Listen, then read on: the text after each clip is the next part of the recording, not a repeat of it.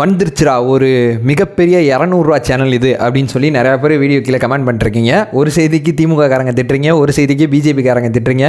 நம்ம வேலையை நம்ம பார்த்துட்ருப்போம். இந்த வீடியோ நம்ம பேச போகிற விஷயம் என்னன்னு சொல்லி கேட்டிங்கன்னா, திமுக மாநாடு எவ்வளோ பிரம்மாண்டமாக ஏற்பாடு செய்யப்பட்டிருக்கு அப்படிங்கிற அந்த ஆங்கிள் தான் இந்த வீடியோவில் நான் உங்கள்கிட்ட ஷேர் பண்ணிக்க போகிறேன். பந்தல் சிவா அப்படிங்கிற ஒரு புதிய மனிதர் எனக்கு அறிமுகமாயிருக்காரு. இவர் இது வரைக்கும் என்ன பண்ணியிருக்காங்க, 4 தலைமுறைகளாக இந்த குடும்பம் என்ன பண்ணிட்டு இருக்கு, அந்த மாதிரி பல்வேறு விதமான விஷயங்கள் என்னால் தெரிஞ்சுக்க முடிஞ்சு. ஸோ இந்த பந்தல் சிவா யார், இவர் இந்த மாநாட்டுக்கு என்னென்ன பண்ணியிருக்காரு, இவங்களோட பேக் ஸ்டோரி என்ன அப்படிங்கிறத சுருக்கமாக பார்த்துடலாம். ரெண்டாவது, இந்த மாநாடு எப்படிலாம் டிசைன் செய்யப்பட்டிருக்கு அப்படிங்கிற ரெண்டாவது மேஜரான விஷயத்தை பார்த்துடலாம். கின்னஸ் சாதனை லெவலுக்கு போயிருக்காங்க. அப்போ அந்த மாநாட்டில் என்ன இருக்குது தெளிவாக பார்த்துருவோமா? மாநாட்டில் மாநில உரிமைகள்லாம் மீட்க போகிறாங்களான்னு கேட்டிங்கன்னா அதெல்லாம் எனக்கு தெரிலங்க. மாநாடு எவ்வளோ பிரம்மாண்டமாக இருக்குது, நம்மளோட ஒரு கேள்வி இவ்வளோ தான். இந்த கேள்வியை நோக்கி இந்த வீடியோவில் தெளிவாக பார்க்க ஆரம்பிக்கலாம். உற்சாக வணக்கங்கள், வாங்க தெளிவாக வீடியோக்குள்ளே போகலாம்.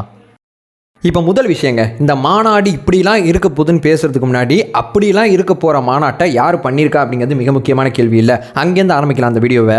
இந்த மாநாட்டுக்கு மிக முக்கியமான பொறுப்பை திமுக யார்கிட்ட ஒப்படைச்சிருக்குன்னா பந்தல் சிவா அப்படிங்கிற ஒரு நபர்கிட்ட தான் ஒப்படைச்சிருக்கு. இந்த பந்தல் சிவா யாருன்னு சொல்லி கேட்டிங்கன்னா, சிவா அண்ட் கோ அப்படிங்கிற நிறுவனத்தோட மிக முக்கியமான நபராக இருக்கார். இந்த சிவா அண்ட் கோ அப்படிங்கிறது 4 தலைமுறையாக பந்தல் போடுறதை மட்டும் இவங்க தொழிலாக பார்த்துட்டு இருக்காங்க.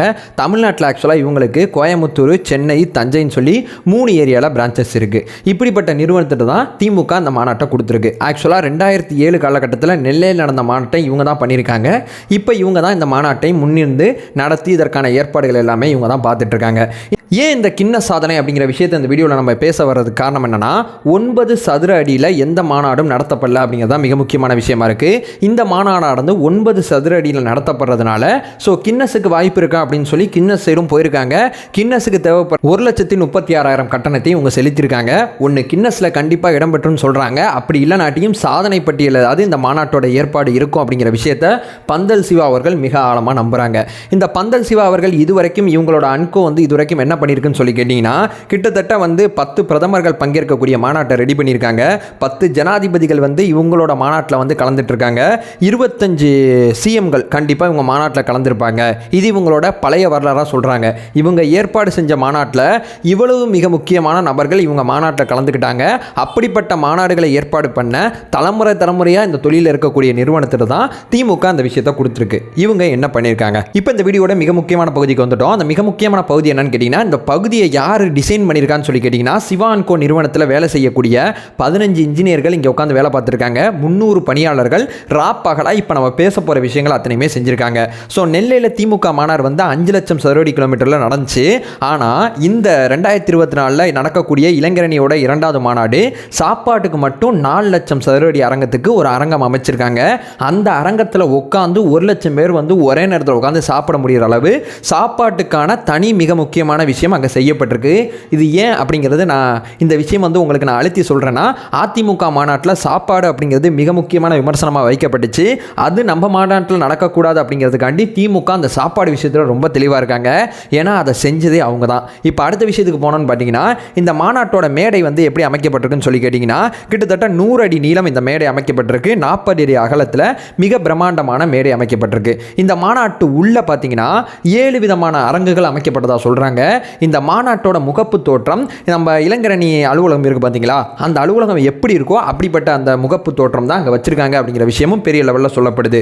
இந்த மாநாட்டில் சாப்பாடுக்குன்னு தனி கவுண்டர் விட்டாங்களா, 500 கழிப்பறைகள் கட்டியிருக்காங்க அப்படிங்கிற விஷயம் சொல்லப்படுது. முதலமைச்சர் மு.க. ஸ்டாலின் அவர்கள், உதயநிதி ஸ்டாலின் அவர்கள் தங்குறதுக்கு தனியாக ஒரு வீடு மாதிரி ஒன்று செப்பரேட்டாகவே ரெடி பண்ணியிருக்காங்க. அங்கே ஆக்சுவலாக ஏசி, தொலைக்காட்சி இது எல்லாமே இருக்கக்கூடிய வகையில் சௌகரியமாக அந்த வீடு ஏற்பாடு செய்யப்பட்டிருக்கு அப்படிங்கிற விஷயத்தை சொல்கிறாங்க.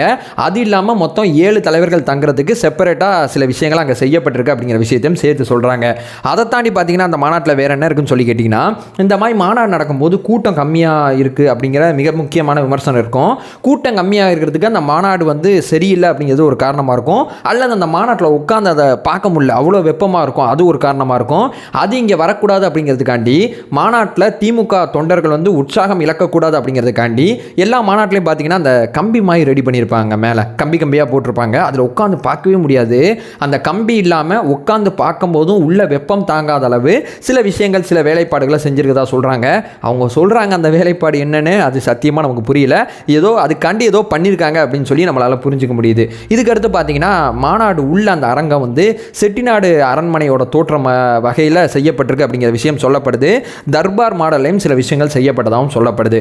ஓவர்வியூவாக பார்த்தீங்கன்னா இந்த மாநாடோட அரங்கம் இந்த மாநாட்டோட விஷயங்கள் அத்தனையுமே இப்படி தான் செய்யப்பட்டிருக்கு. 30 கிலோமீட்டருக்கு முழுக்க ஃப்ளெக்ஸ் பேனர் முழுக்க வச்சிருக்காங்க. திமுக கொடி பறந்துகிட்டு இருக்கு அப்படிங்கிற விஷயம் சொல்லப்படுது.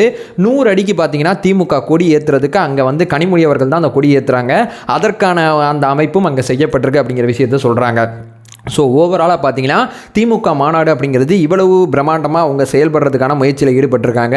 ஸோ கின்ன சாதனைக்கே அப்ளை பண்ணியிருக்காங்கன்னா அங்கே எவ்வளோ பிரம்மாண்டம் இருக்குது அப்படிங்கிறது உங்கள் பார்வைக்கு விட்டுறேன். ஸோ இந்த வீடியோக்கு அப்புறம் நம்ம சொல்கிறது இப்போ அடுத்த வீடியோவில் நம்ம திமுக அகேன்ஸ்டாக பேசலாம். நம்ம பேசுகிற அத்தனையுமே செய்திகள் தான். இந்த செய்தியை பேசுகிறோம், அடுத்து அந்த செய்தியை பேசுகிறோம், அதுக்கடுத்து அந்த செய்தியை பேசுகிறோம். ஸோ தொடர்ச்சியாக செய்திகள் சார்ந்த அறியாமைகள் தொடர்ச்சியாக அகற்றிட்டு இருக்கோம். நம்மளோட நோக்கம் இதுதான். இதை நோக்கி பயணிப்போம். நம்மளோட இலக்கை மீண்டும் ஒரு முறை தெளிவுபடுத்தி இந்த வீடியோவை என் பண்ணிக்கிறேன். அறியாமை அகற்ற வேண்டும், அறியாமை அகற்ற வேண்டும். Thank you so much.